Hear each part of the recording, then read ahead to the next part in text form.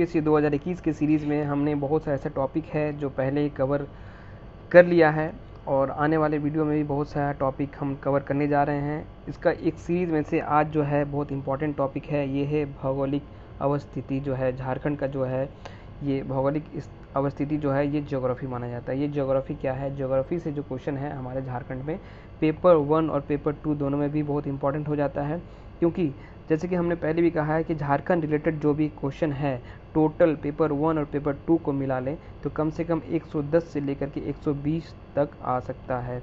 110 तो वो आपका सिलेबस में ही मेंशन है। पेपर 1 में 10 क्वेश्चन झारखंड स्पेसिफिक लिखा हुआ है और पेपर 2 में तो पूरा ही 100 का 100 क्वेश्चन जो है वो झारखंड से रिलेटेड ही है। लेकिन फिर भी पेपर 1 में भी और भी बढ़ जाते हैं, क्योंकि करंट अफेयर से रिलेटेड झारखंड से रिलेटेड क्वेश्चन होता है। सो हम एक रफ आइडिया ये ले सकते हैं कि हमारा टोटल क्वेश्चन जो झारखंड से होगा वो 110 से 120 होगा। ठीक है, तो झारखंड का जियोग्राफी भी बहुत इंपॉर्टेंट हो जाता है। तो आज हम लोग देखेंगे झारखंड की जियोग्राफी जो है भौगोलिक अवस्थिति।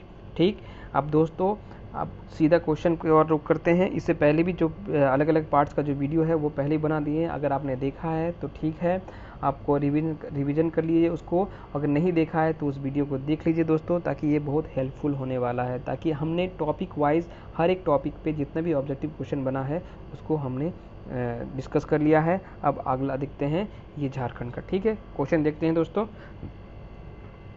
झारखंड का प्रमुख प्राकृतिक भाग है, झारखंड का प्रमुख प्राकृतिक भाग जो है ये छोटा नागपुर पठार है।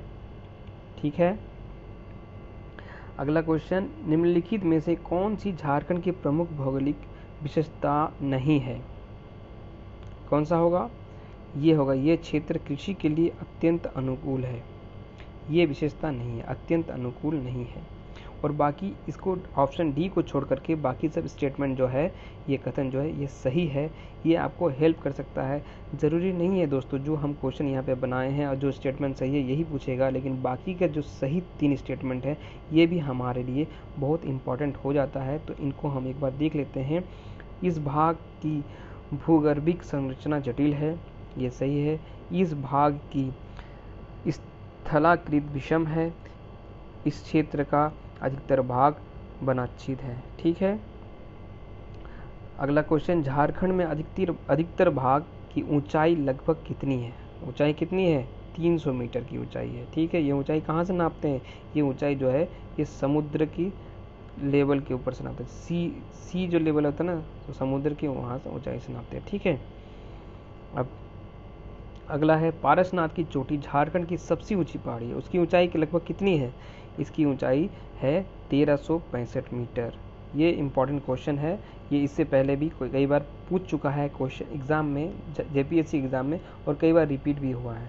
ठीक है, पारसनाथ की चोटी, ये पारसनाथ जब हिस्ट्री पढ़ेंगे तो इनके बारे में जो इम्पोर्टेंट है वो पढ़ेंगे, क्योंकि ये जैन जैन के तीर्थ स्थल के रूप में माना जाता है। और क्या है, कैसे नाम पड़ा है, ये भी बाद में वो हम हिस्ट्री सेक्शन में देखेंगे।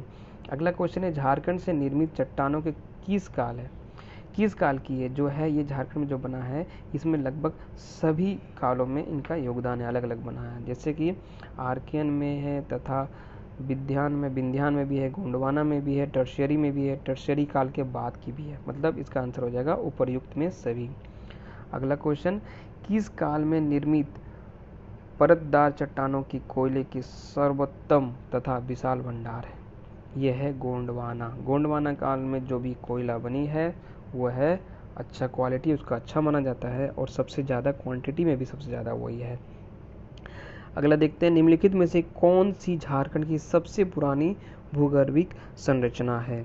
ये होगा आर्कियन में। ठीक है, ये आर्कियन में सबसे पुरानी है। ठीक है, अगला है, विंध्य काल के चट्टानों जो झारखंड के उत्तर पश्चिम भाग में विस्तृत है उसमें किसकी प्रधानता है? कौन सी पत्थर सबसे ज़्यादा है? इसका आंसर होगा उपर्युक्त में से सभी है। बालू पत्थर भी है, चूना पत्थर भी है। ठीक है, दोनों मिलके वहाँ पे हैं। अगला है, झारखंड के किस भाग में राजमहल ट्रैप की चट्टानें हैं? ये बहुत इंपॉर्टेंट क्वेश्चन है। इसका आंसर होगा उत्तर पूर्व भाग में। उत्तर पूर्व भाग में जो है वो राजमहल की चट्टान, ट्रैप माना जाता है उसको, ठीक है, एक पट्टी। अगला क्वेश्चन, छोटा नागपुर पठारी भाग के दक्षिणी सिरे पर पाए जाने वाले प्राचीनतम परतदार चट्टानों को किस नाम से जाना जाता है? ये नाम जो है ये धारवाड़ नाम से जाना जाता है, धारवाड़ नाम से जाना जाता है। जो छोटा नागपुर के पठारी भाग में पाया जाता है उसको धारवाड़ नाम से जाना जाता है। अगला क्वेश्चन, झारखंड में रूपांतरित परतदार चट्टानों की सर्वाधिक अच्छा विकास कहाँ हुआ है?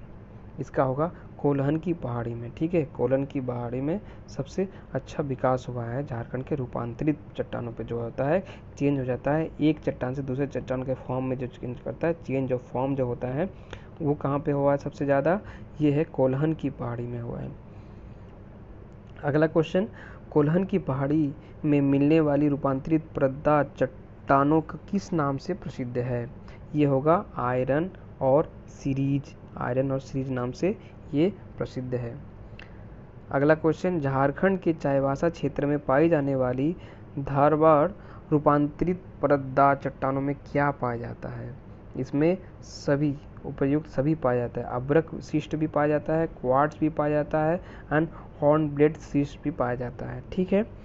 अगला क्वेश्चन, झारखंड के उत्तरी भाग कोडरमा हजारीबाग में विस्तृत रूपांतरित परतदार चट्टानों में से किस खनिज की विशाल पेटी मौजूद है? क्या है? ये अभ्रक है, ये अभ्रक मतलब, ठीक है। अब एक क्वेश्चन इस तरह भी पूछे जा सकते हैं दोस्तों कि कोडरमा या हजारीबाग एरिया में जो है सबसे ज़्यादा क्या कौन सा खनिज पाया जाता है? तो इसका आंसर होगा अभ्रक।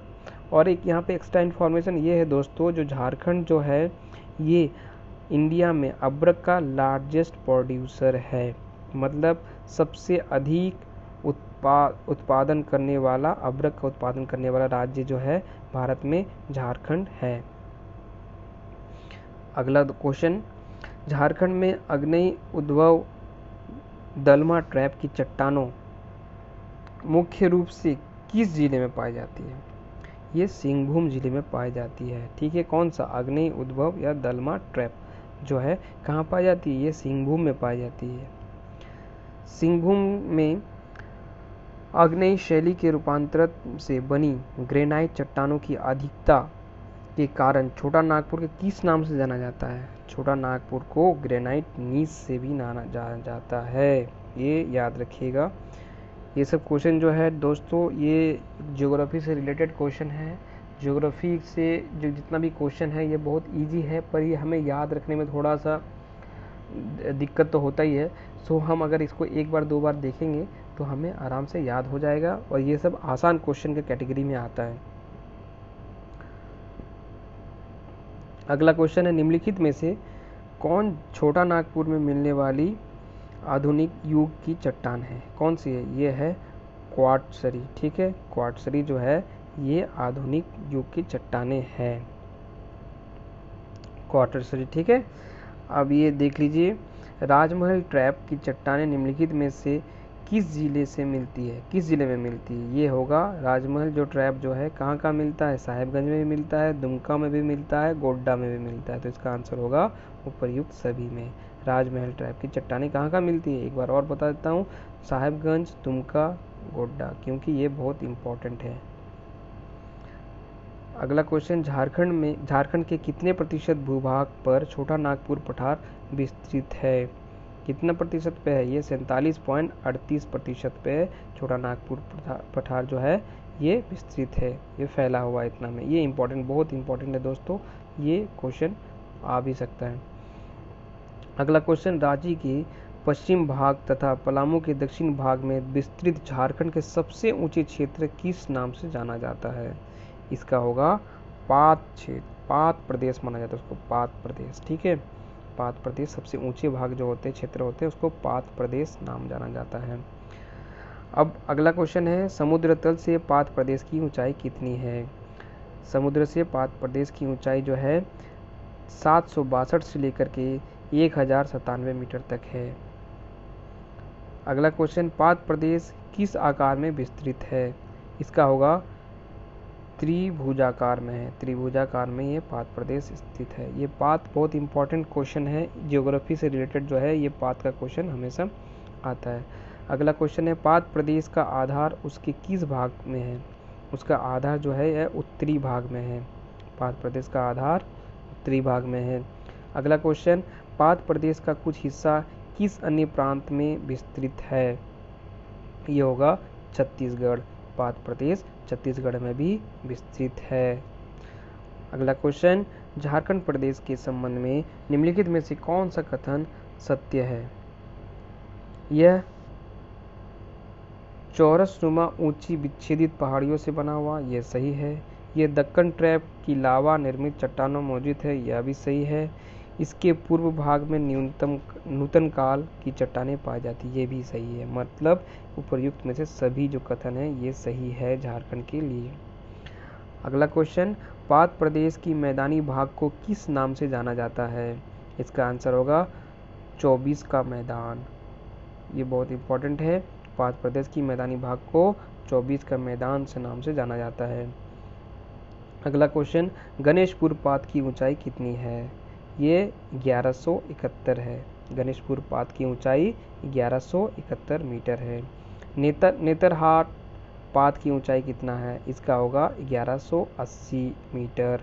ये जितने भी पाद है दोस्तों ये याद रख लीजिएगा। जो इम्पोर्टेंट पाद है उसका इस क्वेश्चन में दिया गया है, उसको याद रख लीजिएगा। उसकी ऊंचाई भी याद रख लीजिएगा, ये बहुत इंपॉर्टेंट है, ये आ सकता है क्वेश्चन में। अगला क्वेश्चन है जनीरा पाद की ऊंचाई कितनी है? इसका ऊंचाई है 1143 मीटर। अगला क्वेश्चन है पाद प्रदेश की सबसे महत्वपूर्ण पहाड़ी कौन सी है? इसका होगा दोनों है, इसका सानू भी है, सराउ भी है, सारो भी, ठीक है। सानू भी है, सारो भी है, दोनों पहाड़ी जो है ये पाद प्रदेश के लिए बहुत ही महत्वपूर्ण है, इंपॉर्टेंट है। अगला क्वेश्चन झारखंड के पठार निम्नलिखित में से किस जिले तक विस्तृत है?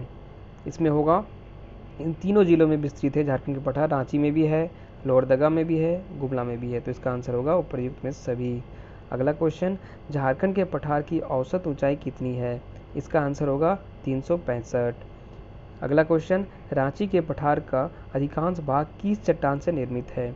इसका होगा दोनों से है, ये नीस से भी है, ग्रेनाइट से भी है। तो क्वेश्चन में ये होगा रांची का जो है पठार है वो नीस और ग्रेनाइट दोनों चट्टानों से ये निर्मित है। अगला क्वेश्चन निम्नलिखित में से कौन सी रांची के पठार की विशेषता नहीं है? इसमें कौन सा है? ये डी। इस पठार की धरातलीय विषमता काफ़ी कम है, ये गलत है। बाकी सब का सब जो है ये सही है। जैसे देख लेते हैं, यह पठार उत्तर में दामोदर नदी की धसान घाटी से विभाजित है। यह पठार रांची जिले के कम उबड़ खाबड़ है। ये पठार गुमला जिले में अधिक कटा छटा है, ठीक है। ये देख लीजिएगा, ये गलत है। लास्ट वाला जो ऑप्शन है ये गलत है। इस पठार की धरातलीय विषमता काफ़ी है। अगला क्वेश्चन रांची के पठार के ऊपरी भाग को क्या कहते हैं? ऊपरी भाग को कहते हैं टाड़, कहते हैं टाड़, ठीक है। ये रांची के ऊपरी भाग को टाड़ कहते हैं। अब अगला देखते हैं रांची के पठार के निचले भाग को क्या कहते हैं? निचले भाग को दोन कहते हैं। क्या कहते हैं? दोन। ये याद रखिएगा दोस्तों, ऊपरी भाग और निचली भाग को क्या कहते हैं? दोन कहते हैं। ये जियोग्राफिकल फीचर्स में क्वेश्चन ये सब आ सकता है। अगला क्वेश्चन है हजारीबाग के पठारी क्षेत्र में अधिकांशतः किस प्रकार की चट्टानें मिलती है? ये दोनों मिलती है दोस्तों, ग्रेनाइट भी मिलती है, नीस भी मिलती है। इसका आंसर होगा उपर्युक्त दोनों। अगला क्वेश्चन निम्नलिखित में से किस क्षेत्र में हजारीबाग पठार विस्तार नहीं है? किसमें नहीं है? इसमें उत्तर में विस्तार नहीं है, ठीक है। हजारीबाग का पठार का उत्तर में विस्तार नहीं है। अगला क्वेश्चन हजारीबाग पठार के दक्षिण छोर पर कौन सी नदी बहती है? इसका आंसर होगा दामोदर। मतलब हजारीबाग के पठार के दक्षिण छोर पे दामोदर नदी बहती है। अगला क्वेश्चन निम्नलिखित में से कौन सा हजारीबाग पठार का उपभाग नहीं है? इसका आंसर होगा दक्षिण पूर्व का किनारा। दक्षिण पूर्व किनारा हजारीबाग पठार का उपभाग नहीं है। अगला क्वेश्चन दोस्तों हजारीबाग पठार का विस्तार लगभग कितने वर्ग मील में है? ये बहुत इंपॉर्टेंट है। इसका होगा, याद रखिएगा दोस्तों, 7000 वर्ग मील में हजारीबाग का विस्तार है। अगला क्वेश्चन हजारीबाग पठार की पूर्वी सीमा किस जिले की पूर्वी सीमा तक विस्तृत है? इसका आंसर होगा गिरिडीह। ये गिरिडीह जो है ये इसका सीमा के साथ, पठार के सीमा के साथ, पूर्वी सीमा के साथ शेयर करती है। अगला क्वेश्चन, राजमहल की पहाड़ियाँ तथा संबंधित मैदान छोटा नागपुर पठार के किस भाग में स्थित है? इसका होगा उत्तरी पूर्वी भाग में। ठीक है दोस्तों, ये आप याद रख लीजिएगा दोस्तों, चाहे फिगर बना के याद रख लीजिए, चाहे ऐसे याद रख लीजिए, लेकिन ये सब क्वेश्चन बहुत इंपॉर्टेंट है क्योंकि ये इसको कहते हैं geographical features of Jharkhand. Jharkhand को जानना ज़रूरी होता है। जेपीएससी की अगर आप एग्ज़ाम देने जा रहे हैं तो झारखंड स्पेसिफिक क्वेश्चन को आपको अच्छी तरह से तैयारी करना पड़ेगा, वरना अगर झारखंड स्पेसिफिक क्वेश्चन आपका तैयार नहीं है तो ये एग्ज़ाम, सॉरी दोस्तों पर ये कहना पड़ेगा, ये एग्ज़ाम आपको क्लियर नहीं कर सकेंगे क्योंकि 110 से 120 क्वेश्चन आपको झारखंड रिलेटेड आता है। उसमें सारे जो है Jharkhand history, Jharkhand geography, Jharkhand polity सब आपको करना पड़ेगा। अगर 110 या 120 क्वेश्चन अगर आप छोड़ देते हैं तो 80 क्वेश्चन में आपका कुछ नहीं होने वाला है दोस्तों। हमें एग्ज़ाम क्लियर करने के लिए कम से कम 120 क्वेश्चन इस बार के हिसाब से हमें करना पड़ेगा क्योंकि इस बार कंपटीशन काफ़ी हाई है।